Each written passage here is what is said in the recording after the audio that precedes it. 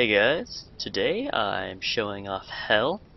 I did do some gameplay with her, but I didn't really go over all of her moves or what she could do. So HEL basically, she has two forms. When you spawn, you start in her dark stance, and basically this is her DPS damagey magic stance. Her one is decay / restoration. I'll get over to the light side spells. This is just going to be the darks. Decay is just a little line AoE, or a skill shot line. When it hits something, it will do a small AoE in that area, 15-foot radius, as it says on the tooltip. And this is really good for just, when they're running away and getting away, hit them with that. Alright, Hinder. This will debuff all enemies in the targeted area, so it just kind of looks like this. Oh, here's one. So Hinder, basically use that as an initiator. You want to go in there, reduce all their magic protection, and it also slows for 25% at level 5. I am level 20 while skill set. So there's that. Now as you repulse is a AoE around her coming that comes. Oh, good job, team. I hope they don't kill that Minotaur before I can finish this video. Anyways, Impulse is just a big AoE. It does, I say that, and her Decay is her main damaging moves. I prefer to rank this up first because it turns into your healing, which you get Dark Stance at level 5. Then you unlock these 3 moves, if you already have them unlocked, well, in 1, 2, or 3. Alright, and then Decay turns into Restoration, which is the same skill shot shoot a ball, except it doesn't do the AoE damage, but it hits a single target and you heal for a percentage of the damage done. So if you're low health, just shoot that out real quick. Cleanse. This is kind of like Cleanse from League of Legends, but it's an AoE.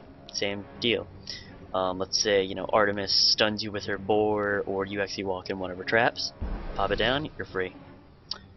Alright, and then 3 is her big AoE heal.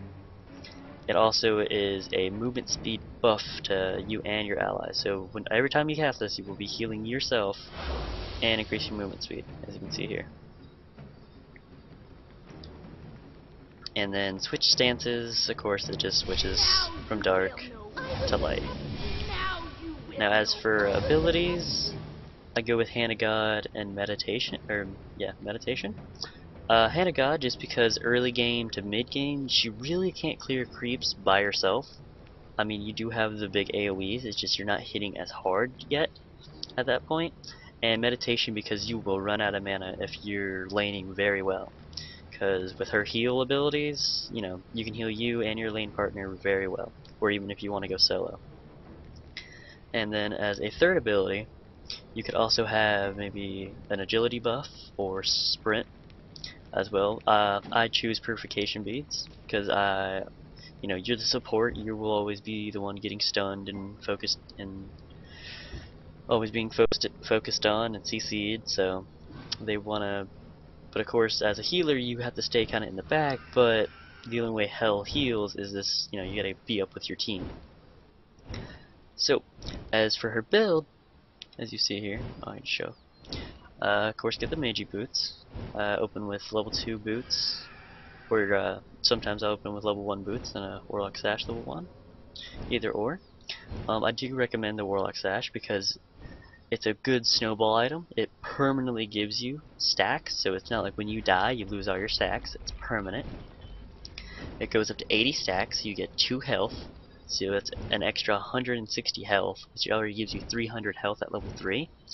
So you're getting, that health stacked onto whatever stacks you currently have, along with mana and magical powder.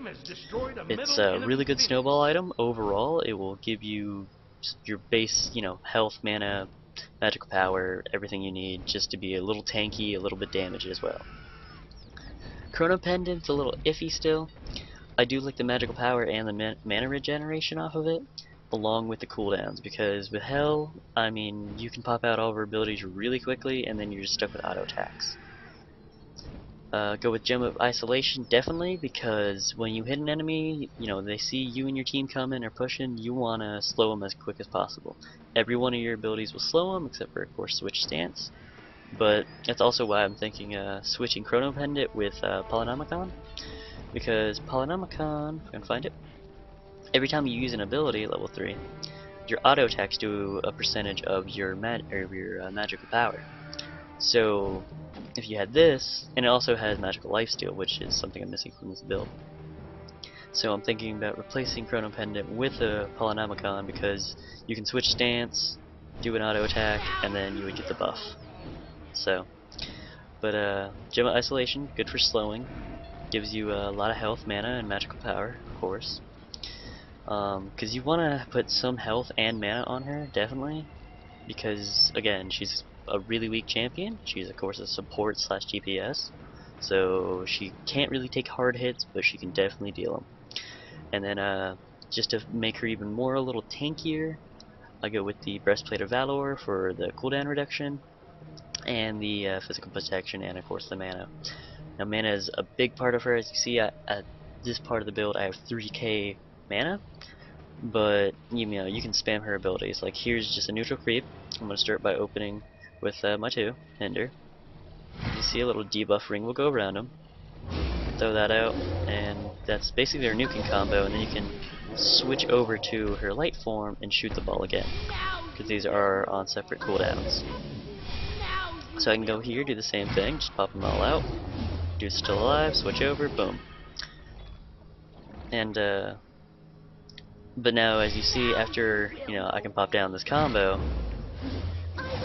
if I switch back, everything's still on cooldown, so you might want to play a little passive or a healer for these 2 or 3 seconds before going back to being damaged.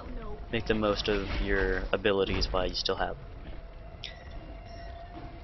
Now as for gameplay wise, you definitely want to, you know, just be supportive, be damaged, but as you see him doing the practice game, there's Manicore. He's actually built pretty tanky, but you know, I can go up, hinder him, pop that, kill all of his minions, switch over, and look at that, already half health, running away.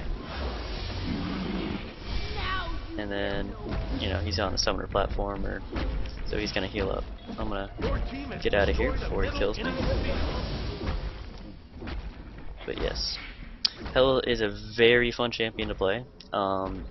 It can be confusing at times, but her basic rotation is open up in dark form with a AoE debuff, because it allows you to do so much more damage. As you see there, a 570 just with my current build. And you know, I don't even have that much well, now I do. I've got a little saved up. But I mean, you can get 10k cash within the first 20 minutes of the game, so you should have at least this build. Now I'm not going to use Hinder, and you'll see, you know, not hitting as hard. But that 20%, I think it's 20%. Yeah, the 25 magic penetrate, you know, it reduces it.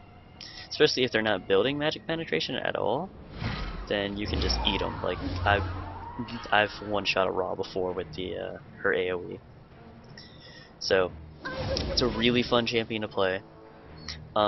As for buffs of the jungle, I would definitely stick with movement or cooldown buff, because again, cooldowns are really good on her. As you see, my abilities come out in about 5 seconds to 4 seconds. So, and the switching, just over time as you level it, will become like 1.5 seconds. It gets ridiculously low. So, you can switch in and out all you want. Oh yeah, her passive is a magical power buff. It really doesn't have any tooltip on it, but I think it might have to do something with her stance as well, because it says her stance, you know, HEL's ability causes damage, and she gains 60% magical power. So while she's in dark form, she has more magical power. That's supposed to be her DPS. And then while she is in light stance, her abilities become healing and supportive of her ally, and she gains mana regen.